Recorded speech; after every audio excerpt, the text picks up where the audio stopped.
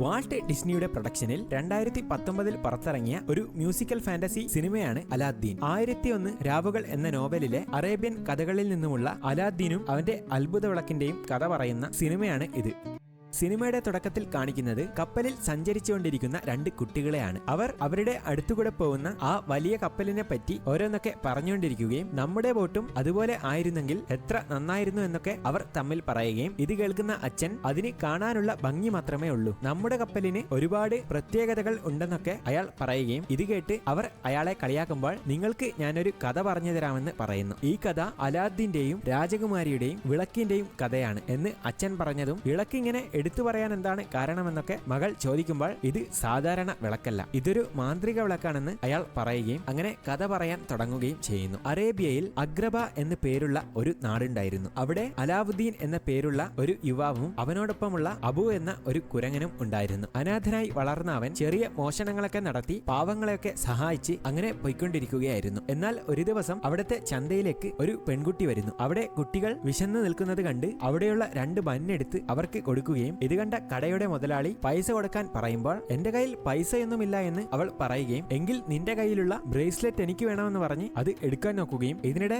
അലാവുദ്ദീൻ അതിൽ ഇടപെടുകയും എന്നെ നിനക്ക് വിശ്വസിക്കാമെന്ന് പറഞ്ഞ് അവളുടെ കയ്യിൽ നിന്നും ബ്രേസ്ലെറ്റ് ഊരി അയാൾക്ക് കൊടുക്കുകയും ചെയ്യുന്നു. ശേഷം അവിടെ നിന്നും പോകുമ്പോൾ അവളുടെ കയ്യിൽ നിന്നും മേടിച്ച ബ്രേസ്ലെറ്റ് അവൾക്ക് തന്നെ തിരിച്ചു കൊടുക്കുകയും ഈ സമയം കടക്കാരൻ ബ്രേസ്ലെറ്റ് തപ്പി നോക്കുന്നുണ്ടെങ്കിലും അത് അയാളുടെ കയ്യിൽ ഇല്ല. അതോടെ അത് അവൻ തന്നെ അടിച്ചു മാറ്റിയതാണെന്ന് മനസ്സിലാക്കിയ അയാൾ അലാവുദ്ദീൻ എന്റെ സാധനം മോഷ്ടിച്ചെന്ന് അവിടെയുള്ള കാവൽക്കാരോട് പറയുന്നു. അങ്ങനെ കാവൽക്കാർ അവനെ പിടിക്കാൻ ചെന്നതും അവൻ അവളെയും കൊണ്ട് അവിടെ നിന്നും ഓടുകയും അവനങ്ങനെ ഓരോ ബിൽഡിങ്ങുകളൊക്കെ ചാടി പോയിക്കൊണ്ടിരിക്കുമ്പോൾ ഒരു സ്ഥലത്തെത്തിയതും അവൾക്ക് അങ്ങോട്ടേക്ക് ചാടാൻ പേടിയായതോടെ അലാവുദ്ദീൻ അവൾക്ക് ആത്മവിശ്വാസമൊക്കെ കൊടുത്ത് അവളെ അവിടെ നിന്നും ചാടിക്കുകയും അങ്ങനെ ഒരുപാട് ദൂരം ഓടി അവരുടെ കയ്യിൽ നിന്നും അവൻ അവളെയും കൊണ്ട് രക്ഷപ്പെട്ടിരിക്കുകയാണ്. ശേഷം അലാവുദ്ദീൻ താമസിക്കുന്ന സ്ഥലത്തേക്ക് അവളെയും കൊണ്ടുപോകുന്നു. അവിടെ നിന്നും അവൾക്ക് അഗ്രബ എന്ന സ്ഥലം മുഴുവനായി കാണാമായിരുന്നു. അവൾ അങ്ങനെ അതൊക്കെ നോക്കിക്കൊണ്ടിരിക്കുമ്പോൾ നീ കൊട്ടാരത്തിലുള്ളതാണെന്ന് എനിക്ക് മനസ്സിലായി, കാരണം കൊട്ടാരത്തിലുള്ളവർക്ക് മാത്രമേ ഇതുപോലത്തെ തുണിയും ഇങ്ങനത്തെ ബ്രേസ്ലെറ്റും കാണൂ എന്നും നീ രാജകുമാരിയുടെ ദാസിയല്ലേ എന്നും അവൻ അവളോട് ചോദിക്കുന്നു. അത് നീ കണ്ടുപിടിച്ച് കളഞ്ഞല്ലേ എന്ന് പറഞ്ഞുകൊണ്ട് അവളത് സമ്മതിക്കുന്നു. ജനങ്ങൾ രാജകുമാരിയെ കണ്ടിട്ട് വർഷങ്ങളായെന്നും അവളോട് വല്ലപ്പോഴുമൊക്കെ പുറത്തിറങ്ങാൻ പറയണമെന്ന് അവൻ പറയുമ്പോൾ പണ്ട് രാജ്ഞി കൊല്ലപ്പെട്ടപ്പോൾ സുൽത്താന് ഭയങ്കര പേടിയായി എന്നും അതുകൊണ്ടാണ് രാജകുമാരിയെ പുറത്തൊന്നും ഇറങ്ങാൻ സമ്മതിക്കാത്തതെന്നും അവൾ പറയുന്നു. എന്നാൽ ഇതിനിടെയാണെങ്കിൽ മറ്റൊരു രാജ്യത്തെ രാജകുമാരൻ രാജകുമാരിയെ പെണ്ണ് കാണാൻ വരുന്നത് കണ്ട് എനിക്കുടനെ തന്നെ കുമാരിയുടെ അടുത്തേക്ക് പോകണമെന്ന് പറഞ്ഞ് അവൾ അവിടെ നിന്നും പോകുന്നു. ശേഷം അവൾ അവളുടെ ബ്രേസ്ലെറ്റ് കൊടുക്കാൻ അവൾ പറയുകയും അങ്ങനെ അവൻ അത് നോക്കുമ്പോൾ അതവന്റെ കയ്യിലില്ല. അതോടെ അതെന്റെ ഉമ്മയുടെ ബ്രേസ്ലെറ്റ് ആണെന്ന് അവൾ പറയുകയും എനിക്കത് കിട്ടിയേ പറ്റൂ എന്നൊക്കെ അവൾ പറയുന്നു. എന്നാൽ അവനാണെങ്കിൽ അതവന്റെ കയ്യിലില്ലാത്തത് കൊണ്ട് അതവന് കൊടുക്കാൻ കഴിയുന്നില്ല. നീ ഒരു കള്ളനാണെന്നും എന്റെ കയ്യിൽ നിന്നും നീ അത് മോഷ്ടിച്ചതാണെന്ന് പറഞ്ഞ് അവൾ അവിടെ നിന്നും പോകുന്നു. ഇതിനിടെയാണെങ്കിൽ ഒരു ഭടൻ അങ്ങോട്ടേക്ക് വന്ന് വഴിന്ന് മാറടാ തെരുവല്ല എന്ന് വിളിക്കുകയും നീ ഒരു പാഴ്ജന്മമാണ്, നീയൊന്നും ചത്ത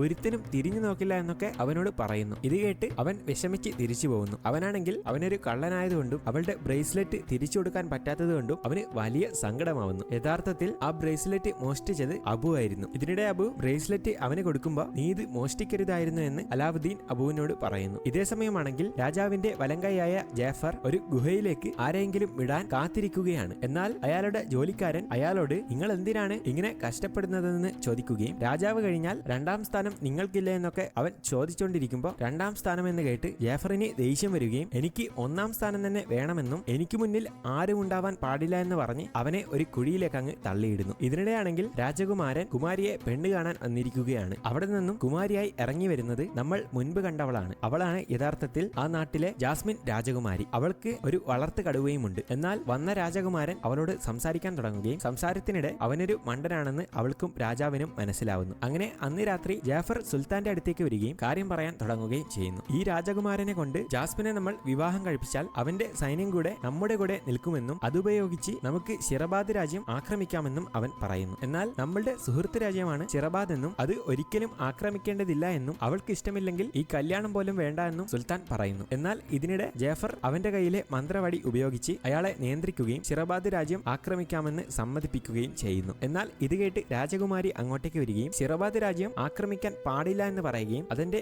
ഉമ്മയുടെ രാജ്യമാണെന്നും ആ വന്നവനെ എനിക്ക് എനിക്ക് വിവാഹം കഴിക്കാൻ താല്പര്യമില്ല എന്നും സുൽത്താനോട് പറയുന്നു. എന്നാൽ ഇത് കേട്ട് സുൽത്താൻ എന്ത് ചെയ്യണമെന്നറിയാതെ നിൽക്കുകയാണ്. പിന്നീട് കാണിക്കുന്നത് അലാവുദ്ദീനെയാണ്. അവനാണെങ്കിൽ രാജകുമാരിയുടെ ബ്രേസ്ലെറ്റ് തിരിച്ചു കൊടുക്കാൻ വേണ്ടി കാവൽക്കാരെയൊക്കെ വെട്ടിച്ച് കൊട്ടാരത്തിലേക്ക് കടക്കുന്നു. എന്നാൽ ഇതൊക്കെ ജാഫർ ദൂരെ ഇരുന്ന് കണ്ടുകൊണ്ടിരിക്കുകയാണ്. ഈ സമയമാണെങ്കിൽ രാജകുമാരിയും ദാസിയും സംസാരിച്ചുകൊണ്ടിരിക്കുകയാണ്. അങ്ങനെ അലാവുദ്ദീൻ രാജകുമാരിയുടെ അടുത്തേക്ക് എത്തുകയും ബ്രേസ്ലെറ്റ് തിരിച്ചു കൊടുക്കുകയും ചെയ്യുന്നു. അങ്ങനെ അതൊക്കെ കണ്ട് നീ കിടുവാണെന്നൊക്കെ പറയുകയും ഇത്രയും കാവൽക്കാരെ വെട്ടിച്ച് നീ എങ്ങനെയാണ് ഇവിടേക്ക് കയറിയതെന്നും ചോദിക്കുമ്പോൾ അതൊക്കെ അങ്ങ് കയറിയെന്നും അവൻ പറയുകയും സത്യത്തിൽ നിന്റെ ബ്രേസ്ലെറ്റ് മോഷ്ടിച്ചത് ഞാനല്ല, എന്റെ കൊരങ്ങനാണ് മോഷ്ടിച്ചതെന്നും രാജകുമാരി ഇവിടെയൊന്നും ഇല്ലല്ലോ എന്നും അവൻ ചോദിക്കുന്നു. അവരങ്ങനെ സംസാരിച്ചതിന് ശേഷം അവളുടെ മുടിയിലെ മുടിക്കുത്ത് ഊരുകയും ഇത് തരാൻ വേണ്ടി ഞാൻ ഇനിയും വരുമെന്ന് പറഞ്ഞ് അവളുടെ മുടിയിൽ തടവുകയും ശേഷം അവിടെ നിന്നും പോവുകയും ചെയ്യുന്നു. എന്നാൽ ഇതിനിടെ കാവൽക്കാരവനെ പിടികൂടുകയും ദൂരെ ഒരു മരുഭൂമിയിൽ കൊണ്ടിടുകയും ചെയ്യുന്നു. അങ്ങനെ അവൻ കണ്ണു തുറന്നു നോക്കിയതും ജാഫർ അവന്റെ അടുത്തിരിക്കുന്നത് കണ്ട് ഞാൻ ആ ദാസിയുടെ ബ്രേസ്ലെറ്റ് അറിയാതെ എടുത്തതാണെന്നും അത് തിരിച്ചു കൊടുക്കാൻ വേണ്ടി കയറിയതാണെന്നും ജാഫറിനോട് പറയുമ്പോൾ അത് രാജകുമാരിയായിരുന്നു എന്ന് പറയുകയും അവൾ നിന്നെ ഇട്ട് കളിപ്പിച്ചതാണെന്നും അയാൾ അവനോട് പറയുന്നു. അതോടെ അത് കേട്ട് ഞാൻ സംസാരിച്ചതും കളിപ്പിച്ചതുമൊക്കെ ഒരു രാജകുമാരിയോടാണോ എന്നൊക്കെ പറഞ്ഞ് അവൻ അത്ഭുതപ്പെടുന്നു. അതോടെ ജാഫർ അവനോട് ഞാനും നിന്നെ പോലെ ഒരിക്കലൊരു കള്ളനായിരുന്നു എന്ന് പറയുകയും അതുകൊണ്ട് നിനക്കൊരിക്കലും അവളെ കിട്ടില്ല എന്ന് പറയുകയും അങ്ങനെ കിട്ടണമെങ്കിൽ നീ വലിയൊരു പണക്കാരനോ രാജകുമാരനോ ആവണമെന്ന് അയാൾ പറയുകയും ഞാൻ നിന്നെ വലിയ പണക്കാരനാക്കാമെന്നും ഞാൻ പറയുന്നത് പോലെ ചെയ്ത നിനക്കും പണക്കാരനാവാമെന്ന് പറയുന്നു. അങ്ങനെ അവനെയും കൊണ്ട് ഒരു ഗുഹയുടെ അടുത്തേക്ക് പോയിക്കൊണ്ടിരിക്കുകയാണ്. ഈ സമയം രാജകുമാരിയാണെങ്കിൽ അവൻ വരുന്നതും കാത്ത് നിൽക്കുകയാണ്. ഇതിനിടെ ജാഫർ ആണെങ്കിൽ അവനെയും കൊണ്ട് ഗുഹയുടെ മുന്നിൽ എത്തിയിരിക്കുകയാണ്. ഈ ഗുഹയിലേക്ക് ഞാൻ ഒരുപാട് ആൾക്കാരെ വിട്ടിട്ടുണ്ട്, പക്ഷേ അവർക്കാർക്കും തിരിച്ചു വരാൻ കഴിഞ്ഞിട്ടില്ല എന്നും അയാൾ പറയുന്നു. ഈ ഗുഹയിൽ ധാരാളം സ്വർണങ്ങളും രത്നങ്ങളും നിനക്ക് കാണാൻ കഴിയും, അതോടൊപ്പം ഒരു വിളക്കും ഇതിന്റെ ഉള്ളിൽ ഉണ്ടാവുമെന്നും അയാൾ പറയുകയും ആ വിളക്ക് നീ എനിക്ക് എടുത്തു തന്നാൽ ഞാൻ നിന്നെ വലിയ പണക്കാരനാക്കാമെന്നും ജാഫർ പറയുകയും നീ വിളക്കല്ലാതെ മറ്റൊരു സാധനവും ഗുഹയിലെ തൊടാൻ പാടില്ല എന്ന് പറഞ്ഞ് അയാൾ അവനെ ഗുഹയിലേക്ക് പറഞ്ഞയക്കുകയും അവനങ്ങനെ ഗുഹയിലേക്ക് കയറാൻ ശ്രമിക്കുമ്പോൾ ഗുഹയുടെ ഉള്ളിൽ നിന്നും ഇതിന്റെ ഉള്ളിലുള്ളത് എടുക്കാൻ അർഹതപ്പെട്ടവൻ ആരാണോ അവൻ മാത്രമേ ഇതിൽ കയറാവൂ എന്ന് ഒരു അശരീരി വരുന്നു. ആ വിളക്കല്ലാതെ മറ്റൊന്നും എടുക്കാൻ പാടില്ല എന്ന് അവസാനമായി ജാഫർ ഒന്നുകൂടെ അവനെ ഓർമ്മിപ്പിക്കുകയും അങ്ങനെ അലാവുദ്ദീൻ ആ ഗുഹയിലേക്ക് കടക്കുകയും അവിടേക്ക് ചെല്ലുന്ന അവൻ അവിടെയുള്ളതൊക്കെ കണ്ട് അവൻ ഞെട്ടുന്നു. കാരണം അവിടെ കോടിക്കണക്കിന് രൂപയുടെ നിധികളും മുകളിൽ ആ വിളക്കും ഇരിക്കുന്നത് അവൻ കാണുന്നു. എന്നാൽ ഇതിനിടെ നോക്കുമ്പോൾ അവിടെ ഒരു മാന്ത്രിക പരവതാനി കല്ലിന്റെ ഇടയിൽ കുടുങ്ങി നിൽക്കുന്നത് കണ്ട് ആ കല്ല് പൊക്കി അവനതിനെ സ്വതന്ത്രമാക്കുകയും ശേഷം വിളക്കിരിക്കുന്ന സ്ഥലത്തേക്ക് വലിഞ്ഞു കയറാൻ തുടങ്ങുകയും ഈ സമയം അവന്റെ കാലിൽ തട്ടി ഒരു വജ്രക്കല്ല് താഴേക്ക് വീഴുകയും അത് അബുവിന്റെ അടുത്തേക്ക് ചെല്ലുകയും ചെയ്യുന്നു. ഇത് കണ്ട് അബു അത്ഭുതത്തോടെ അത് നോക്കിക്കൊണ്ടിരിക്കുമ്പോൾ അലാവുദ്ദീൻ ആ വിളക്കെടുക്കുകയും ഇതേ സമയം തന്നെ വജ്രം താഴേക്ക് വീഴുകയും അബു അത് പിടിക്കുകയും ചെയ്യുന്നു. ഇതോടെ നീ അർഹതപ്പെടാത്ത നിധിയിൽ തൊട്ടു എന്നും ഇനി നീ ഒരിക്കലും പുറലോകം കാണില്ല എന്ന് അതിൽ നിന്നും അശരീരി ഉണ്ടാവുന്നു. ഉടൻ തന്നെ ആ ഗുഹ പൊട്ടിത്തെറിക്കാൻ തുടങ്ങുകയും അതിൽ നിന്നും ലാവ പുറത്തേക്ക് വരാൻ തുടങ്ങുകയും ചെയ്യുന്നു. അതോടെ അലാവുദ്ദീൻ ആണെങ്കിൽ അവിടെ നിന്നും ഓടിച്ചാടി രക്ഷപ്പെടാൻ നോക്കുമ്പോൾ അവൻ താഴേക്ക് വീഴുകയും മാന്ത്രിക പരവതാനി അവനെ രക്ഷിക്കുകയും അബുവിനെയും കയറ്റി അവിടെ നിന്നും മുകളിലേക്ക് പോയി രക്ഷപ്പെടാൻ ശ്രമിക്കുമ്പോൾ കല്ല് വീണ് അവൻ അതിൽ നിന്നും വീഴുകയും അങ്ങനെ അവിടെയുള്ള കല്ലിൽ പിടിച്ച് മുകളിലേക്ക് കഷ്ടപ്പെട്ട് കയറുകയും അങ്ങനെ അവൻ കയറി ജാഫറിന്റെ അടുത്തെത്തിയതും എന്നെ ഒന്ന് മുകളിലേക്ക് കയറ്റുമോ എന്നൊക്കെ പറയുന്നുണ്ടെങ്കിലും ആദ്യം ആ വിളക്കുതാ എങ്കിൽ കയറ്റാമെന്നും അയാൾ പറയുകയും അങ്ങനെ അവൻ ആ വിളക്ക് അയാളുടെ കയ്യിൽ കൊടുക്കുകയും എന്നെ ഒന്ന് പെട്ടെന്ന് കയറ്റാനും പറയുമ്പോൾ അയാളുടെ പെരുമാറ്റം മാറുകയും അയാൾ അവനെ ചവിട്ടി താഴെ ഇടാൻ നോക്കുകയും ചെയ്യുന്നു. എന്നാൽ ഇതിനിടെ അബു അയാളുടെ ദേഹത്ത് കയറി ആക്രമിക്കാൻ ശ്രമിക്കുമ്പോൾ അയാൾ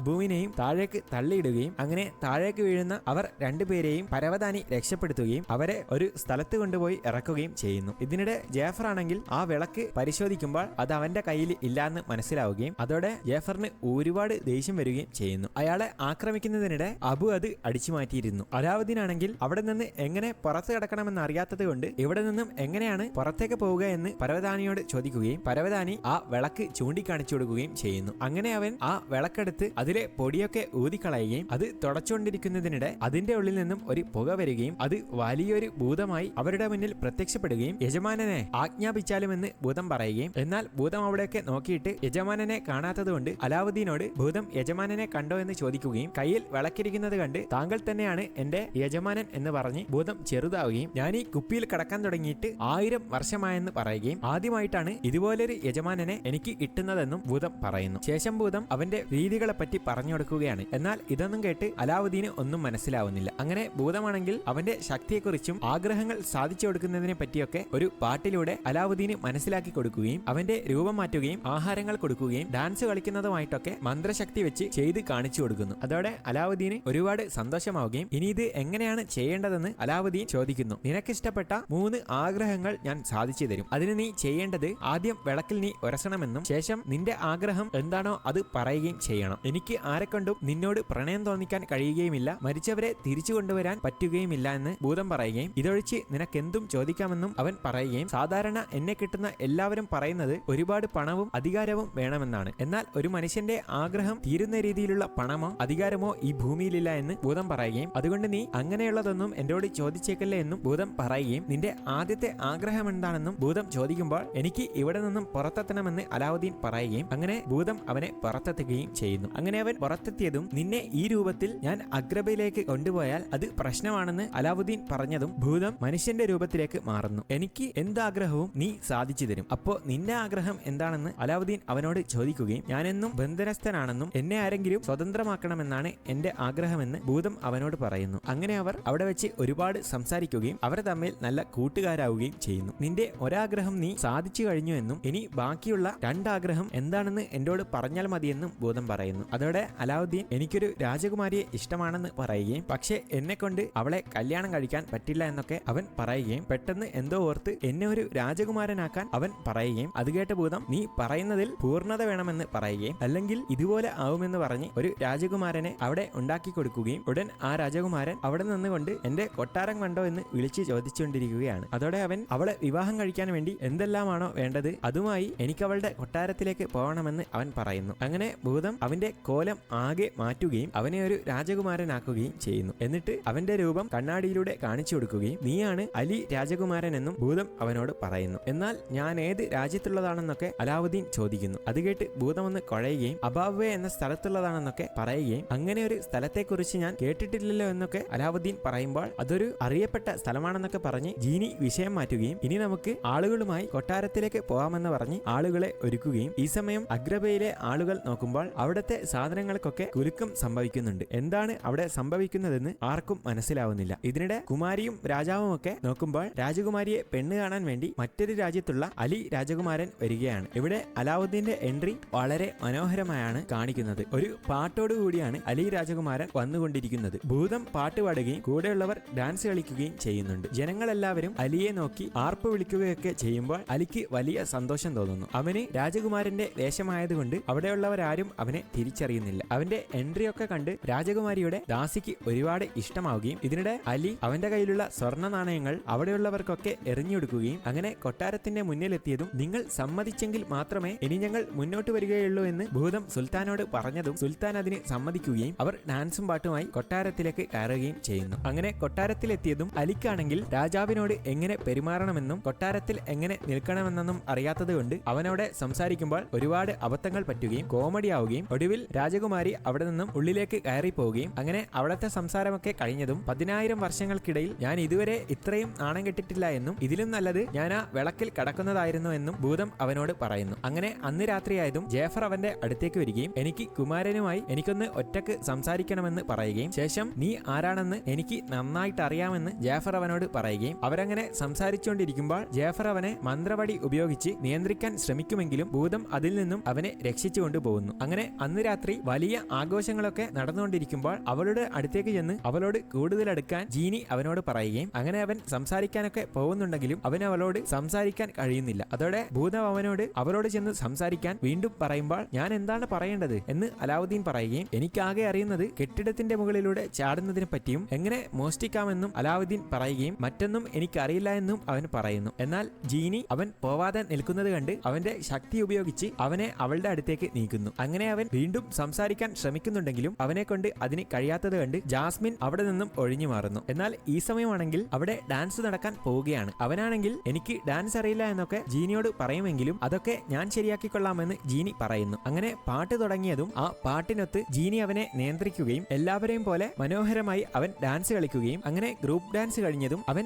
ഒറ്റയ്ക്ക് ഡാൻസ് കളിക്കാൻ തുടങ്ങുകയും അവന്റെ പല കഴിവുകളും കണ്ട് എല്ലാവരും കൈയടിക്കുകയും ജാസ്മിൻ ഇത് കണ്ട് അതിശയിക്കുകയും ചെയ്യുന്നു. അങ്ങനെ അവൻ റൂമിൽ വന്നതും ഞാൻ ഇന്ന് കാണിച്ചത് കൊണ്ടൊന്നും അവളോട് എനിക്ക് അടുക്കാൻ കഴിഞ്ഞിട്ടില്ല എന്ന് അവൻ ജീനിയോട് പറയുകയും അവളുടെ കൂടെ കുറച്ചു സമയം കൂടെ കിട്ടിയാൽ ഞാൻ എങ്ങനെയെങ്കിലും അവളുടെ മനസ്സിൽ കയറി പറ്റാമെന്ന് അതിനായി നീ അവളുടെ ദാസി എങ്ങനെയെങ്കിലും മാറ്റാനും അവനോട് പറയുന്നു. അങ്ങനെ ജീനി ദാസിയുടെ അടുത്തേക്ക് ചെന്നതും നീ എങ്ങനെയാണ് ഇത്രയും കാവൽക്കാരെ കടന്ന് ഇങ്ങോട്ടേക്ക് വന്നതെന്ന് ചോദിക്കുമ്പോൾ ഞാൻ ഇത്രയും കഷ്ടപ്പെട്ട് വന്നത് ഇത് നിനക്ക് തരാൻ വേണ്ടിയാണെന്ന് അവൻ പറയുന്നു. അങ്ങനെ അവൾ അത് കേട്ടതോടെ കഥകടച്ച് അവൾ വളരെ സന്തോഷിക്കുകയും അവൾ ആ പൂ മേടിക്കുകയും ചെയ്യുമ്പോൾ എന്നോടൊപ്പം നടക്കാൻ പോരുന്നു എന്ന് ജീനി ചോദിക്കുകയും അവൾ അവനോടൊപ്പം പോവുകയും ചെയ്യുന്നു. ഈ സമയം ജാസ്മിൻ അവിടെ ഒറ്റക്ക് നിൽക്കുമ്പോൾ പുറകിലൂടെ അലി അങ്ങോട്ടേക്ക് വരികയും അവനെ കണ്ട് നീ എങ്ങനെയാണ് ഇവിടേക്ക് എത്തിയതെന്നൊക്കെ പറഞ്ഞ് അവൾ അത്ഭുതപ്പെടുകയും ഞാനൊരു പറക്കുന്ന പരവതാനിയിലാണ് വന്നതെന്നൊക്കെ അവൻ പറയുന്നുണ്ടെങ്കിലും അവൾ അത് തമാശയായി എടുക്കുകയും ശേഷം ഞാൻ നിന്റെ അബാവെ എന്ന രാജ്യം കണ്ടെത്താൻ നോക്കുകയായിരുന്നു, പക്ഷേ അതൊരു മാപ്പിലും ഇല്ല എന്ന് അവൾ പറയുകയും നീ അതൊന്ന് കാണിക്കുമോ എന്ന് അവനോട് ചോദിക്കുകയും അങ്ങനെ അവൻ മാപ്പ് എടുത്ത് എന്താണ് ചെയ്യേണ്ടതെന്ന് അറിയാതെ നിൽക്കുകയും ഈ സമയം ജീനി അവന്റെ മന്ത്രശക്തി ഉപയോഗിച്ച് അതിലൊരു വഴി കാണിക്കുകയും അത് നോക്കി അവനതിൽ തൊടുകയും ചെയ്യുന്നു. എന്നാൽ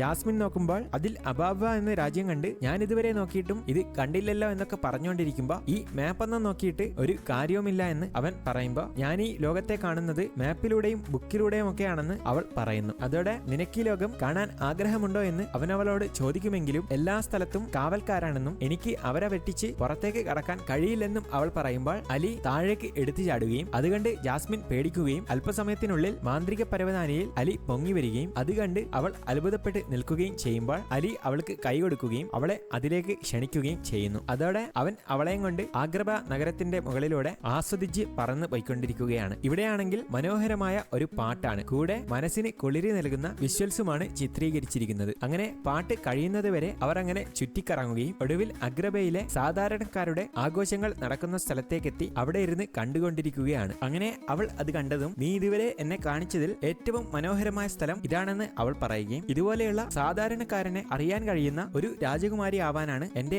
ആഗ്രഹമെന്ന് അവൾ അവനോട് പറയുമ്പോൾ തീർച്ചയായിട്ടും നിനക്കങ്ങനെ ആവാൻ പറ്റുമെന്ന് പറഞ്ഞ് അവൻ മുൻപ് ചെയ്തതുപോലെ അവളുടെ മുടിയിൽ തടവുന്നു. എന്നാൽ ഇത് കണ്ട് അവൾക്ക് സംശയം തോന്നുകയും ദേ താഴെ കാണുന്ന ആ കുരങ്ങൻ അബു ആണോ എന്ന് അവൾ ചോദിക്കുകയും എന്നാൽ അവൻ അബദ്ധത്തിൽ ഓർക്കാതെ അത് അബു ആവാൻ ചാൻസ് ഇല്ല എന്ന് പറയുന്നതോടെ അത് അലാവുദ്ദീൻ ആണെന്ന് അവൾക്ക് മനസ്സിലാവുകയും നീ എന്തിനാണ് അലി എന്ന രാജകുമാരനായി അഭിനയിക്കുന്നത് എന്നൊക്കെ അവൾ ചോദിക്കുമ്പോൾ അവൻ ഉത്തരം പറയാനാവാതെ ഒന്ന് കുഴയുകയും ഞാൻ യഥാർത്ഥത്തിൽ അലി രാജകുമാരൻ ആണെന്നും ഞാൻ ജനങ്ങളെ അറിയാൻ വേണ്ടി വേഷം മാറി വന്നതാണെന്നും നീയും അങ്ങനെ വേഷം മാറി വന്നപ്പോഴല്ലേ നമ്മൾ തമ്മിൽ കണ്ടുമുട്ടിയതെന്നും അവൻ പറയുന്നു. ഇത് കേട്ട് അവൻ പറയുന്നത് വിശ്വസിക്കുകയും എന്നിട്ടും എനിക്കെന്തുകൊണ്ടാണ് നിന്നെ തിരിച്ചറിയാൻ കഴിയാഞ്ഞത് എന്നൊക്കെ അവൾ പറയുമ്പോൾ ഒരാൾ രാജകീയ വസ്ത്രം ധരിച്ചാൽ ശരിക്കുള്ള ആളെ ഒരിക്കലും മറ്റുള്ളവർക്ക് കാണാൻ കഴിയില്ല എന്നും അവൻ പറയുന്നു. ഇതിനിടെ അവൾ ഞാൻ ഇതുവരെ കാണാത്ത ഒരുപാട് കാഴ്ചകൾ നീ എനിക്ക് കാണിച്ചു തന്നു എന്ന് പറയുകയും അവൾക്ക് അവനോട് ഇഷ്ടം തോന്നുകയും ചെയ്യുന്നു. അങ്ങനെ അവൻ അവളെ കൊട്ടാരത്തിലേക്ക് തിരിച്ചു കൊണ്ടാക്കുകയും അവൾക്കൊരു ചുംബനം കൊടുത്ത് അവർ തിരിച്ചു പോവുകയും ചെയ്യുന്നു. അങ്ങനെ അന്ന് രാത്രി ദാസിയോട് അവൻ വേഷം മാറി തെരുവുകള്ളനായി അഭിനയിച്ചതൊക്കെ പറയുകയും യഥാർത്ഥത്തിൽ അവനൊരു രാജകുമാരനാണെന്നും പറയുന്നു. ഈ സമയമാണെങ്കിൽ അലാവുദ്ദീനും ഈ കാര്യങ്ങളൊക്കെ പറഞ്ഞുകൊണ്ടിരിക്കുകയാണ്. എന്നാൽ ഒരു ദിവസം നീ